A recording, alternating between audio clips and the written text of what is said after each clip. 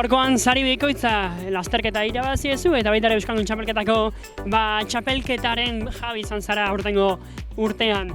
Eguna borobil joan da, ikerkomenarekin alde egin da, eta lasterketa erdia baino gehiago, eta lasai tarte irekita eta garaipena ondo hartuta. Bai, egia esan da gaur egun borobila atera da, lehen da bizi gero junda, lehen da bizi eta metro pare batzuk hartu ditu, eta gero pixkanaka pelotoia harrapatu dut, eta hor harrapatzean ni eraso egin dut, eta Iker nire gurpila hartu du, eta albidetu gara garaipena lortzeko biak batera.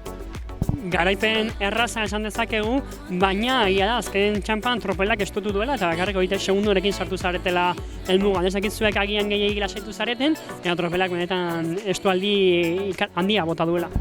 Bai, justo azken metrotan tropela estutu du, gu pixkat ere pixkat lasaiago hartu dugu azkenengo metroak, baina bueno, tropela eskartu da eta segundu batzuk kendu dizkidu. Horrenik ere batzutan kostatzen zaigua ohitzea, ze erraz irabazten duzu Linko taldean.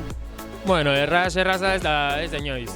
Egia da jende asko daukagula, baita ere ondo ibiltzen diren jende asko eta pixkat lan talde ona eginez garaipenak ateratzen dira. Zorionak. Eskerrik asko.